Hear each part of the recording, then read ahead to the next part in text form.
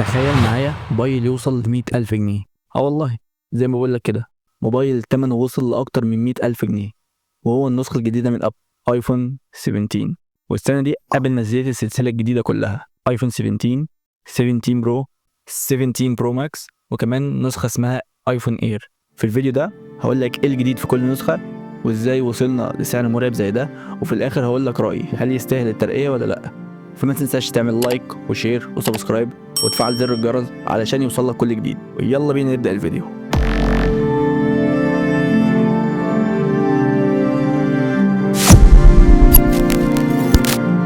السلام عليكم، عاملين ايه؟ والله الواحد مش مستوعب انه بيتكلم عن الجهاز ده، لكن خلينا نشوف هو يستاهل فعلا السعر ده ولا لا. المهم يا صديقي العزيز، دلوقتي خلينا ندخل نشوف ايه المشترك وايه الاختلاف بين الاربع نسخ. واول حاجه هنتكلم عنها هي المعالج ال A19 الجديد من ابل. خليني اقول لك يا صديقي ان مع استخدامك للموبايل هتلاقي سرعه رهيبه في الاستخدام بسبب المعالج الجديد. الموبايل بيفتح التطبيقات اسرع وبيتنقل بينهم بسلاسه. وبالنسبه للالعاب، لو انت بتحب الالعاب فزي ما ابل معودانا، الالعاب هتشتغل بجوده اعلى وجرافيك عالي جدا وسلاسه من غير ما تحس ببطء. وبالنسبه للتصوير فهتلاقي معالجه الصور انضف واوضح حتى في الليل، وكمان هتصور فيديوهات في 4K من غير ما يسخن معاك بسرعه. وطبعا بطاريه المفروض اطول علشان المعالج ال A19 بيستهلك طاقه اقل. والمفروض برضو AI اسرع واحسن، بس ما اعتقدش انه ينفع يتقارن بالاي اي بتاع سامسونج. هو يتفوق عليه في الحته دي الصراحه. لكن في حاجه صغيره لازم تعرفها، ان الايفون اير المعالج بتاعه بيجي بنسخه قياسيه، وال17 العادي بيجي بنسخه كامله، والبرو والبرو ماكس بيجي باقوى نسخه من المعالج ال A19 الجديد. لو سالتني ايه الفرق، هقول لك ان النسخ الاقل هتأدي معاك عادي الشغل التقيل، بس بفرق بسيط. يعني مثلا الايفون اير والايفون العادي ممكن الجهاز يسخن اسرع علشان البرو والبرو ماكس فيهم تبريد اعلى، والبرو ممكن يديك ثبات اعلى بحاجه بسيطه مش ملحوظه قوي يعني، فيعتبر مفيش فرق شاسع بينهم. وطبعا يا صديقي بعد ما اتكلمنا عن المعالج لازم نروح للحته اللي هتعكس كل القوه دي قدام عينيك، وهي الشاشه. الشاشه مختلفه شويتين عن النسخه اللي فاتت، لان اول مره ابل تنزل شاشه 120 هرتز في كل النسخ، يعني من اول الاير وال17 العادي لحد البرو والبرو ماكس كلهم بشاشه 120 هرتز.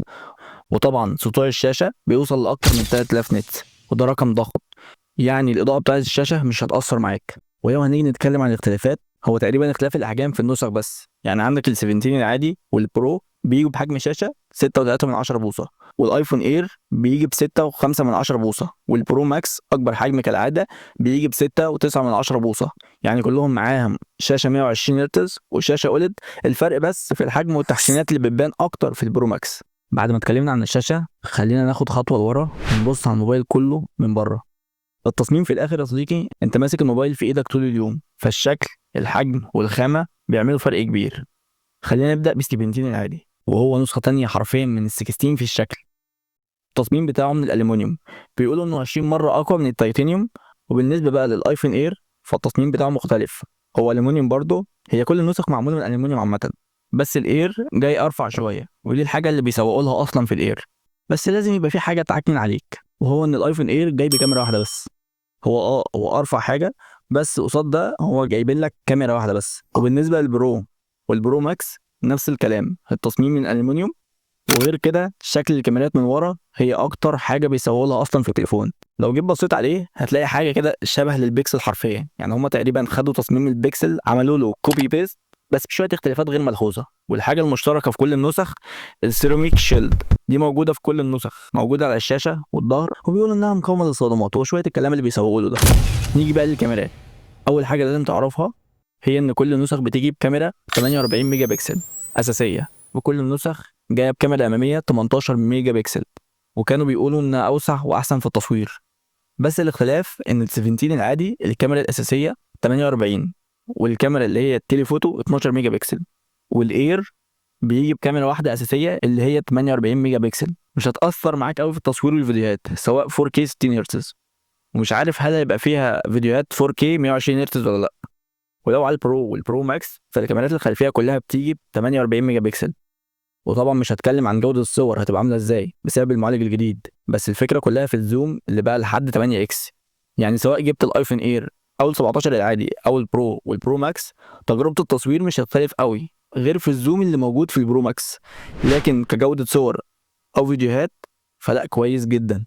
وغير كده في حاجه موجوده في البرو ماكس، بيقولوا انه بيصور دلوقتي رو فيديوز، يعني ممكن تستبدله مكان الكاميرا الاحترافيه. وطبعا ما ننساش البروريز، لو بتصور فيديو فهو بقى يقعد معاك فتره كبيره، يعني هما زي ما قالوا ممكن تستبدلهم مكان الكاميرا الاحترافيه.